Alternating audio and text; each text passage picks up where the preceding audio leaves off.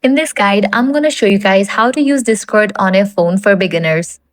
First, you'll need to download this app. For that, launch your Play Store or App Store, search for the app Discord, and then install it.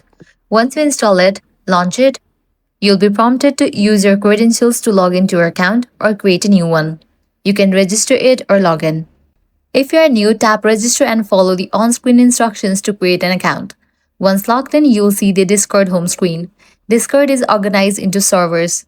Think of them like online communities. On the left side, you'll see the servers you have joined. Inside each server, there are text channels for chatting with written messages, voice channels for talking with others in real time. To chat privately, tap the direct messages section at the top left. From here, you can message friends or create group chats. If you want to join or create server, tap the plus icon on the left to join a server or create your own. You can also accept an invite link from friends or communities you want to join. Discord also lets you call your friends. Open a direct message, then tap the voice call or video call icon at the top right to start chatting.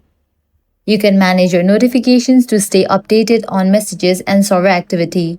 Set your status to show what you are doing, like online or do not disturb. You can also customize your profile picture, username, bio by tapping on Edit Profile. And that's it.